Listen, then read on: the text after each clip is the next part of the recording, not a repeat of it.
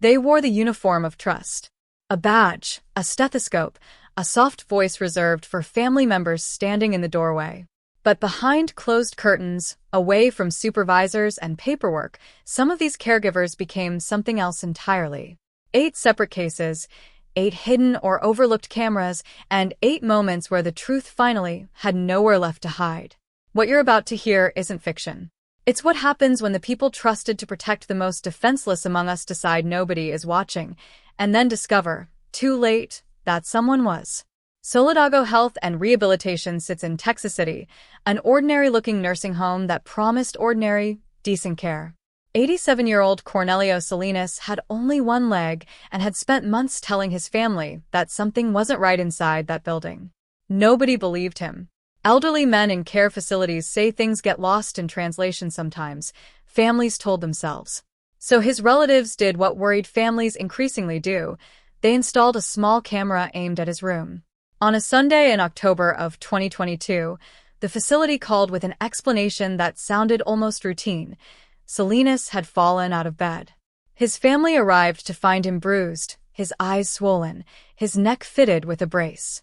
Something about the story didn't sit right, so they pulled up the footage. What they saw wasn't a fall. 2 staff members had struck him while he lay on the floor, kicked him, then dragged his body back onto the mattress. Once he was in bed, one of them reached over and yanked the privacy curtain shut, not to give him dignity, but to make sure the camera outside couldn't see what came next. According to the family, that curtain stayed closed for close to 20 minutes. When it opened again, Salinas was back on the floor. That single gesture, pulling a curtain across a lens, told the family everything about how deliberate this was. It wasn't panic.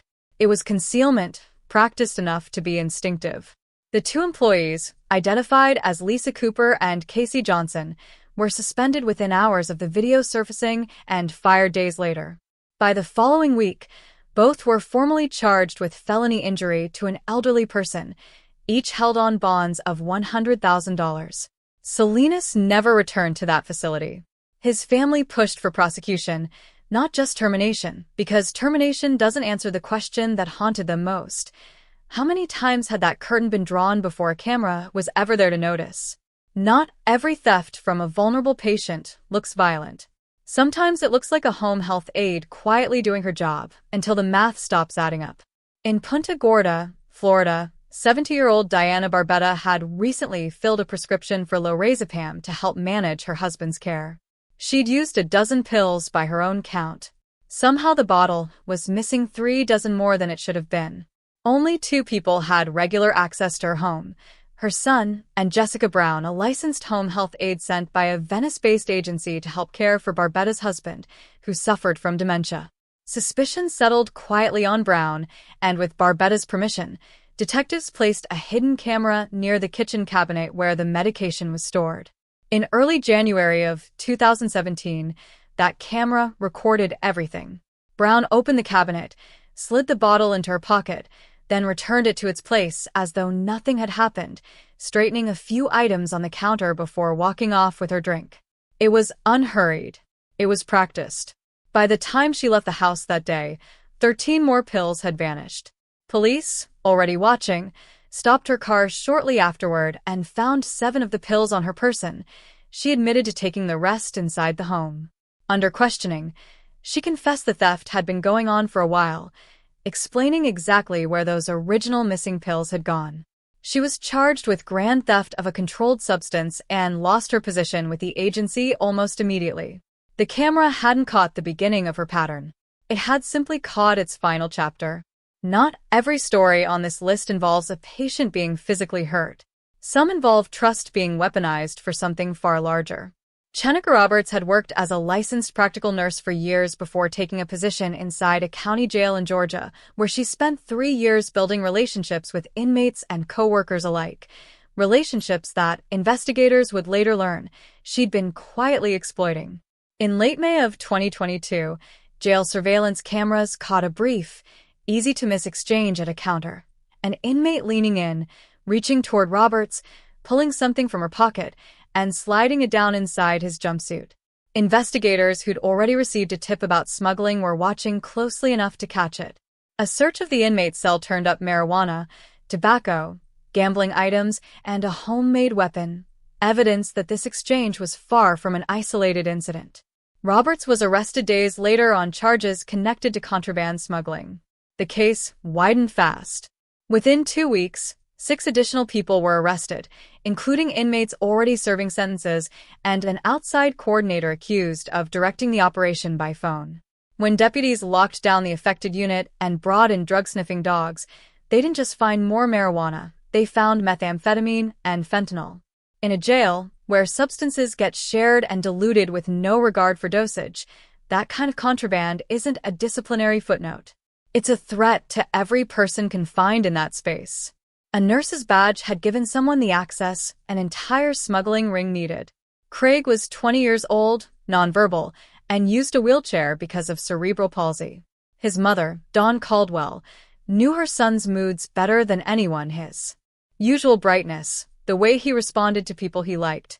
So when a new nurse named Milana Smith started working in their Sparta, Tennessee home in the spring of 2019, and Craig began crying out and slamming his tray in apparent distress, Dawn noticed immediately. She just couldn't prove why. In July, she and her husband stepped out for a few hours, having quietly set up hidden cameras before they left. On the drive home, Dawn checked the live feed on her phone out of habit and had to pull the car over.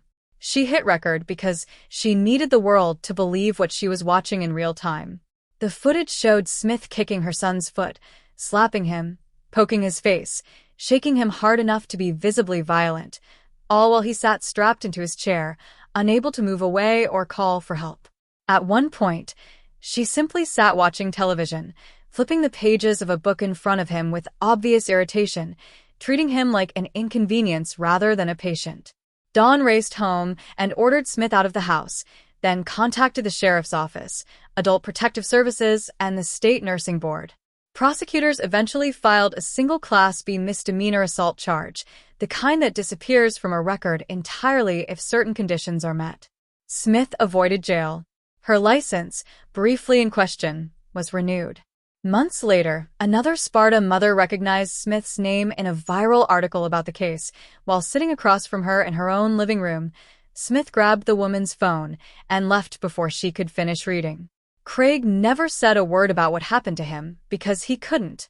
The system that reviewed his case gave his abuser her credentials back. By the time officers caught up with her outside a nursing home in the summer of 2025, the nurse known in body cam footage only as Jessica had already built what amounted to a routine.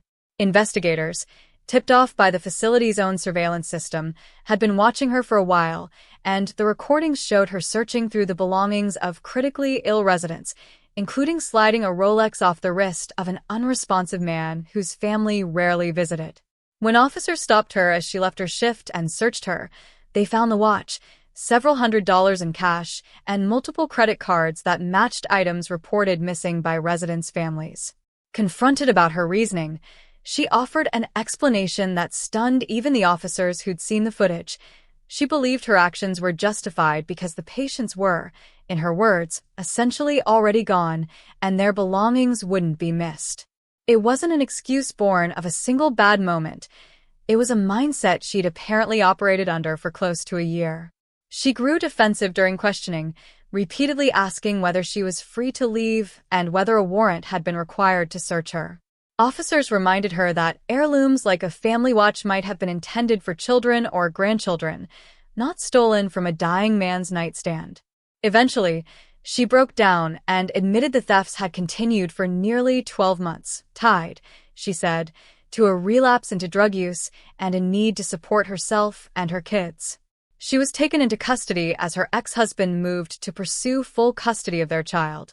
Investigators kept working to identify every patient she may have targeted, while several families began exploring civil action against both her and the facility that failed to notice for so long.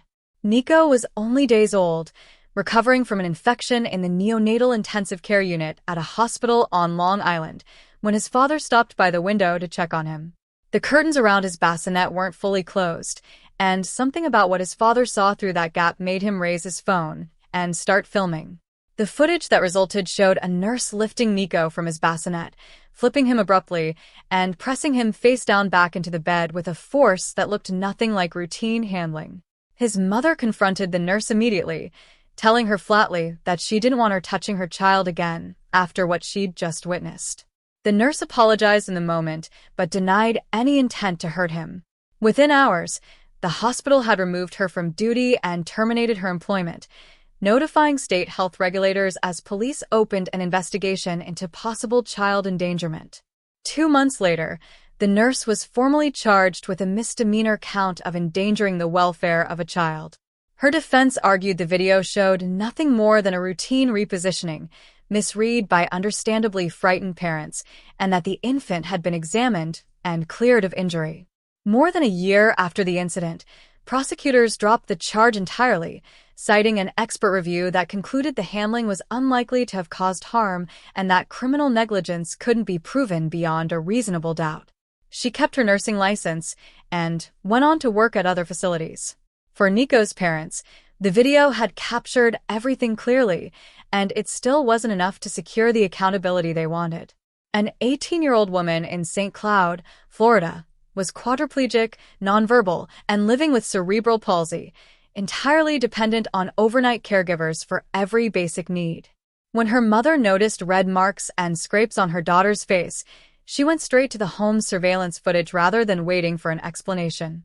What the recordings showed, according to the arrest warrant, was a licensed practical nurse named Nia Ayers repeatedly taping the young woman's mouth shut and then tearing the tape away, pressing a washcloth over her mouth for stretches of several seconds while her paralyzed patient strained and tried helplessly to turn her head, and shaking her BiPAP breathing equipment so violently it triggered a nosebleed.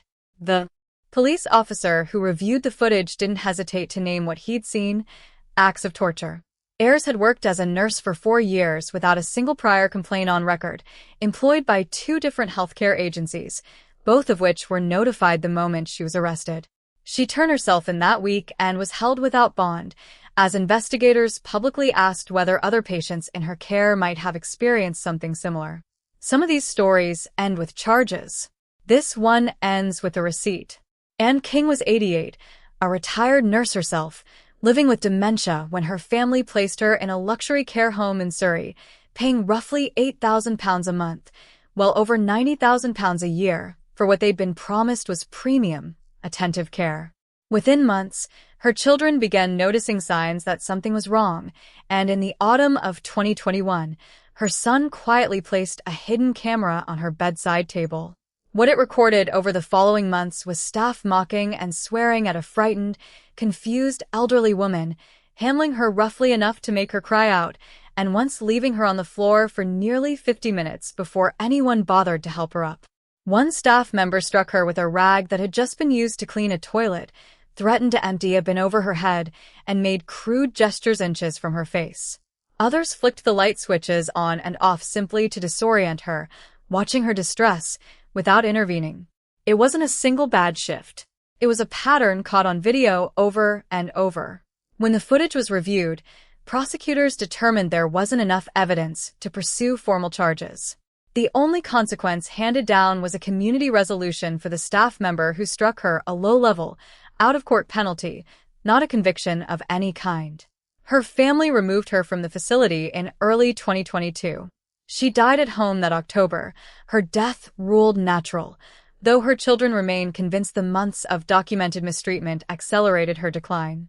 Nearly a year later, regulators opened a formal investigation into the facility, but by then the staff involved had already moved on.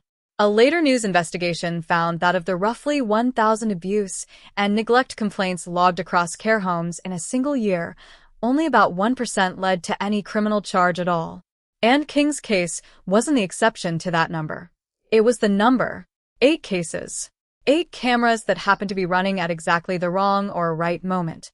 In nearly every one, families were told their worries were overblown until footage proved otherwise, and even then, accountability was never guaranteed.